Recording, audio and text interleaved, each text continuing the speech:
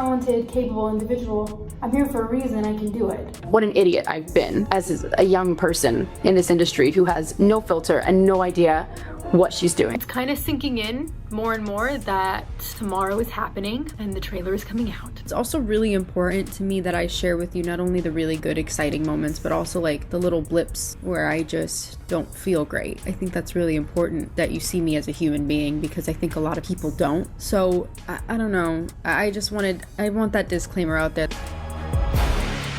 Oh, honey, they're doing it again. Rachel Zegler's team is pointing fingers like they're playing a blame game marathon. And surprise, surprise, the finger's not pointing anywhere near her. No, apparently her painfully awkward flop of a London stage debut has nothing to do with the fact that she's not exactly selling out theaters. It has nothing to do with her so-so star power, her box office flops, or the trail of PR craters she's left behind like glitter at a drag brunch. Who has been the most exciting person for you tonight? Oh my God. Besides, but shut took the words out of my mouth. Besides, Cry me a river. She's just exactly everything that we can't see. Oh, no, darling. You've got it all wrong.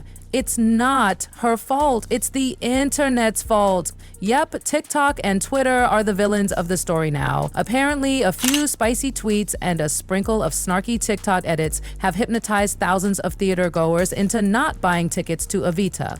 Wild, right? Like a tweet has that kind of power. Cam Ziegler is seriously trying to sell the idea that social media is the sole reason her big, sparkly West End moment is tanking harder than a bargain bin rom-com. It's so absurd, it's almost impressive. But you know what's really going on?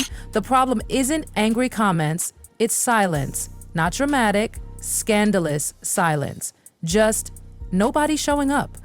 Crickets in the seats. A whole lot of green on those booking charts. And not green like go, babe. Green like no one's here. That's over 2,200 empty seats at the London Palladium, night after night, row after row. Now looking like it is seriously on life support. people will wait in line to see. And guess what? Tickets start at just £29 sterling, 50 pence. That's like movie and a popcorn money. This isn't about price or trolls or some cancel conspiracy. Meant to difference. The cold shoulder. The public just shrugged. Rachel and her PR squad thought she'd walk on stage, hit a high note in stilettos, and the West End would erupt in applause. But nope. That fantasy is crashing under the weight of all those unsold seats. No one stole Rachel Zegler's spotlight. She never earned it. And you'd think her team would get it by now. You can't fake star power with hashtags, but oh boy, they're still trying. Every single poster and press release for Evita is dripping in desperation. You know, the original cartoon came out in 1937, and very evidently so. There's a big focus on her love story with a guy who literally stalks her. Yeah. Weird. Golden Globe winner, Disney's Snow White, the breakout star from the Hunger Games. But sweetie, no matter how many sparkly titles you throw next to her name, you can't cover up the numbers, and they're brutal. We're talking full-blown flop at the London Palladium, one of the West End's crown jewels. They can't even fill the balcony, let alone the stalls. Those theater seat maps, they're greener than a Wimbledon lawn. The traffic light system that turns orange or red when people are actually buying tickets, it's stuck on green. Bright, miserable, empty green. But it's hard. And it's lonely. It's very lonely. I just know that if that loneliness can exist, so can other things, and I will be okay. And it's every night, every seat, every single price point. It's more than just a bad look. It's the public shouting with their wallets, "We're not into it." You'd think someone in production would stop and ask the obvious. If Rachel Zegler is truly the superstar they claim she is, then where the heck are her fans? Spoiler alert, they don't exist. At least not in the way Hollywood wants us to believe. The gap between Rachel's PR push and her actual public pull, massive. Studios keep betting on her like she's the next big thing, and every time, audiences respond with a bored little shrug. West Side Story underperformed. Snow White didn't just flop, it detonated. And now this theater pivot, what should have been her credibility comeback, is circling the drain before opening night even happens. Rachel Zegler is a no-name actress. She's barely been in anything, actually. If you look at her IMDb, West Side Story was the first one that but it was the first movie she was in, basically. It's like everyone saw this coming months ago and just decided not to say anything. And now the silence deafening. You can't blame the internet for this one. Rachel Zegler isn't being unfairly targeted. She's being ignored, not because she's hated, but because she's become irrelevant. She's not a box office draw. She's not a stage draw. She's just there. Let's not pretend this is a random misstep. What's happening with Evita? It's not some one-off embarrassment, it's a pattern. A very loud, very awkward pattern. And at the heart of all this is Rachel Zegler, somehow still being handed golden opportunities while audiences keep backing away, slowly. Like someone just dropped a mic that wasn't plugged in. It just goes to show they shouldn't have hired her. This is not a person that, well, it's just not a person that has any element of draw in whatever she's in. Remember West Side Story? That was supposed to be her grand entrance. Spielberg himself handpicked her from obscurity. The whole production had the vibe, the budget, the prestige, the buzz, and it tanked. Global release, award hype, endless press, and still barely a peep at the box office. Did Hollywood learn from it? Absolutely not.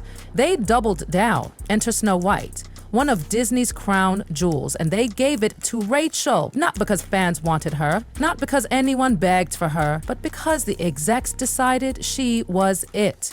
What followed? A PR disaster. An interview tour so smug it practically dared the audience to hate watch the movie. Zegler shaded the original, called the prince a stalker, and said they were fixing the film. Translation, she told an entire fandom their beloved story was broken and outdated. And the audience said, Kay, we're out. I don't need your business. Thanks. Now, cut to London. New medium, same mess. Her name on the marquee? It should have been Magnet. Instead, it's a red flag, just Rachel. And guess what? She's not enough, not even close.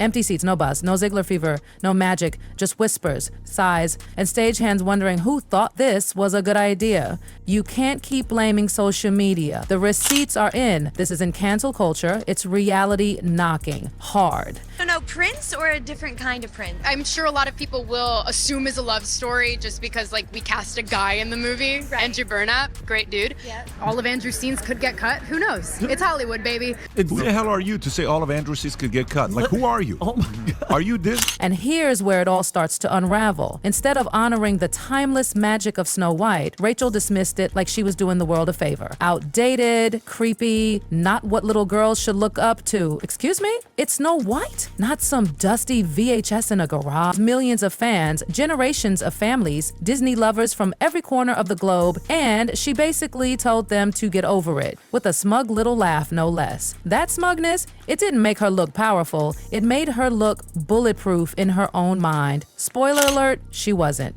People didn't forget. Oh no, they remembered. They remembered every quote, every side eye, every tone-deaf comment. And now in London, that dismissiveness is playing out in real time, row after unsold row. The fans she trashed, yeah, they were the same people who would have shelled out money to see her shine live if only she had shown the tiniest bit of humility. But no, she was too busy acting like she'd evolved past fairy tales and happily ever afters. Now, she's getting exactly what she gave out. Cold, hard apathy. Because this isn't a grand takedown by a mob of trolls, that would imply there's demand to sabotage. There isn't. London theater goers don't care about your Instagram aesthetic or TikTok follower count. They want performance. They want presence. They want someone worthy of that stage. What they don't want: viral interviews, smug quotes, or PR headaches. So what do? They don't riot, they don't rage, they just don't show up. And for a performer, that's worse than backlash. That's oblivion. Let's be clear, Rachel Zegler didn't fall into backlash. She swan-dived into it. Long before those London ticketing charts started glowing green with vacancy, she was out here alienating audiences like it was a full-time job. The smugness, the superiority, the total lack of self-awareness, it all piled up. And now that same audience she once dismissed, they're speaking loud and clear with their silence. There's no online conspiracy, there's no hate campaign, just zero interest. And that's what makes this flop so iconic. It's not rage, it's reality. Because in theater, a ticket sale is a truth bomb. You can't fake it, You can't algorithm it, and when you've burned your goodwill, no amount of vocal range can cover up the fact that no one's clapping. But instead of acknowledging the missteps, what does Rachel's team do? They go full Delulu. It's the internet's fault, the backlash, the unfairness. Meanwhile, the truth is sitting right there, printed in green on every seating chart. People just don't care anymore. Hollywood kept trying to make her happen, but now even Hollywood is quietly backing away. No big statements, no press dumps, just silence. Ugh. And in this business, silence is a death sentence. The director shoutouts, gone. The cute behind-the-scenes posts from co-stars, ghosted. Even her castmates from Evita, people whose paychecks literally depend on the show's success, aren't even pretending to hype it up. That silence? That's not accidental. That's strategy. Because no one wants to be standing too close when a bomb goes off. And Rachel Zegler? She's become the walking, talking PR bomb.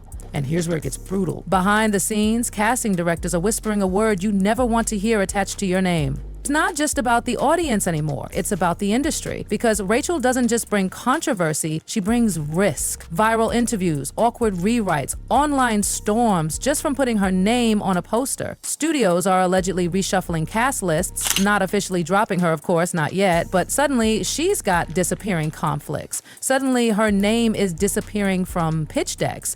And who's replacing her? Girls with less ego and more work ethic, out. Even the theater world, usually the most forgiving of all, is starting to flinch. Veteran actors are tiptoeing around her. Stage managers are side-eyeing her energy. Everyone knows this production of Evita might be remembered for everything except her performance. That's the nightmare scenario, and it's playing out in real time. You want to know how bad it is? Not one high-profile co-star has stepped forward to praise her. Not one glowing rehearsal story, not even a generic "she's so talented" fluff post. That's not forgetfulness, that's survival instinct. Now, let's talk media. Remember when every outlet was falling over themselves to call her the voice of a generation? When authenticity and sass were her whole brand? Well, flip the script. Because those same headlines now include words like controversial, polarizing, embattled. That's code for we're distancing ourselves fast. And that's why Evita is collapsing in real time. Because instead of stepping up, instead of owning her stage debut, she's doubling down on the fantasy that she's being misunderstood. But let's call it what it is. This was supposed to be her redemptive moment, her comeback arc. And now, it's backfiring so hard, the reverberations are shaking the rest of her career. She's not the victim, she's the common denominator. And the more her team clings to this fairy tale about online backlash being the big bad wolf, the more embarrassing it gets. At some point, someone needs to stop spinning and start telling the truth. The audience isn't cruel, they're just over it. So here's the million-pound question. Can Rachel Zegler come back from this? Can she crawl out from beneath the mess, salvage her brand, and reignite even a flicker of goodwill? Or, let's be real, has the curtain quietly dropped and nobody told her? Let's not kid ourselves. This industry moves on fast. And right now, there are dozens of new faces waiting to take her place. Fresh talent, humble energy, no baggage, everything Rachel was supposed to be, and still isn't. And the saddest part, she doesn't even seem to realize it. While her team's out here begging the press to focus on her vocal range and stage presence, Rachel's still on Instagram acting like nothing's wrong. Vague quotes, cryptic TikToks, passive-aggressive captions like she's the one owed an apology. It's not just disconnected, it's delusional. And it's hard to root for someone who keeps acting like the world just doesn't get her while giving them nothing to want to get. This isn't about cancel culture. This is about accountability. About what happens when you burn every bridge on your way up and assume there will always be more. But guess what? There aren't. Because in this industry, when the fans leave, when the producers go quiet, when the co-stars stop pretending, they're not coming back. Rachel Zegler isn't being pushed out. She's being left behind. Not with a bang, but with the slow, echoing silence of an empty theater and a stage no one wants to stand on. And the most brutal truth of all, this could have all been avoided. All she had to do was show a little humility, a little gratitude, a little respect. But instead, she gave the world the cold shoulder, and now the world is giving it right back. So, can she come back? Drop your thoughts in the comments. Hit like if you've been watching this slow motion crash with a bucket of popcorn and a prayer. And don't forget to subscribe, because trust me, the next video on your screen, you won't believe what's coming next.